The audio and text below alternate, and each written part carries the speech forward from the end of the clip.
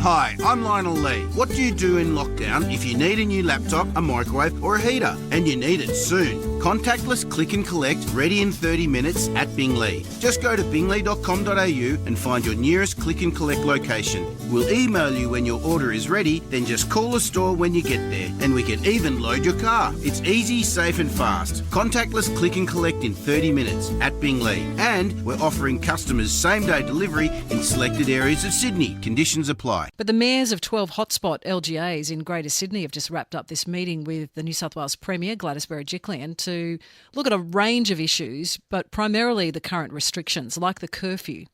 And there are also calls for more outdoor activities to be allowed, especially for people who are fully vaccinated, because you can understand the frustration of locals.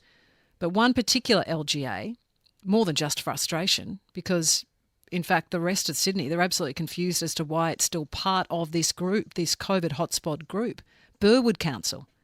They were declared an area of concern on the 12th of August because the number of cases were really growing at an exponential rate in neighbouring LGAs, and the movement of essential workers in and out of the area meant that Burwood was deemed a hotspot suburb. But Burwood has very low case numbers, and over the past 4 weeks, they've recorded 69 cases of COVID over a month.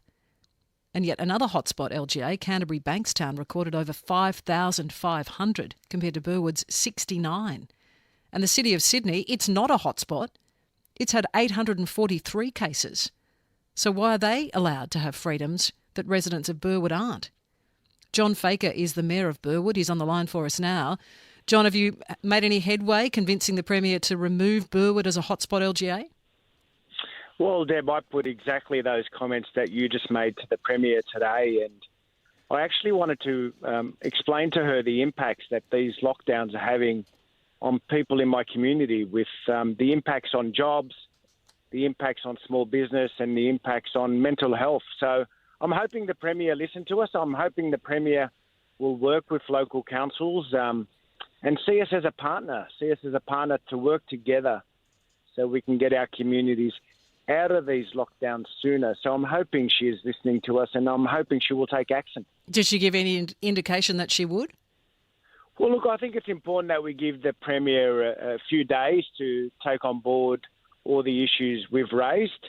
So at this stage, we don't have any clear indication of action taken, but I pleaded with her to take my council area off the hotspot list of councils, considering that we have low COVID cases and very high vaccination rates, Deb. I've got residents in my community who have had their first jab at 80% rates, nearly 80%. So I think it's really important, and I reiterated to the Premier today that it's really important she, gives people hope for the future and rewards communities like Burwood by taking us off the hotspot list, because my community's done the right thing. They've complied with COVID restrictions and they've increased their vaccination rates. And realistically, how tough are the restrictions hitting residents? You say that people are being impacted, but the curfew is one thing, and the restrictions on outdoor activities, which we know that the picnics were allowed for the non-LGA hotspot areas, but within those 12 hotspot areas, including in Burwood, you are allowed to have 2 hours of recreation time. Has that small thing made any difference to people and how they're feeling? Those rules are nonsense. They're ridiculous. I mean, how is it safe to have a picnic for 2 hours, but it's not safe to have it for 3? Makes no sense. And, these are the things that are building resentments in communities, and these are the things that are upsetting my community. I mean, we don't have a problem with people outside hotspot areas going to the beach or enjoying a picnic. We just want to be treated fairly. We want to have the same freedoms as other areas, considering we have low COVID cases and very high vaccination rates, some of the highest vaccination rates actually in the country. Well, you've gone from zero to hero, that is for sure, when it comes to getting jabs in arms.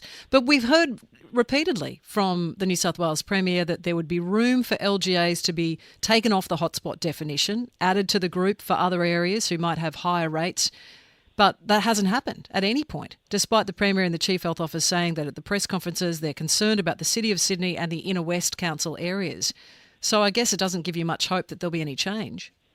Well, that's what's disappointing, Deb, and that's why, I put to the Premier today that my residents are starting to lose hope because they can see a government that really lost control of this pandemic and doesn't seem to have a plan to get us out of this mess. So it's been up to our community leaders, our councils and our residents who have done the work by stepping up and getting vaccinated, because we could see that was the way that we could lift restrictions and get us out of this lockdown sooner. So I'm calling on the Premier to take on board what was spoken today, the issues that we raised, and really I'm pleading with her to take Burwood off the list of hotspot areas, because it makes no sense, Deb.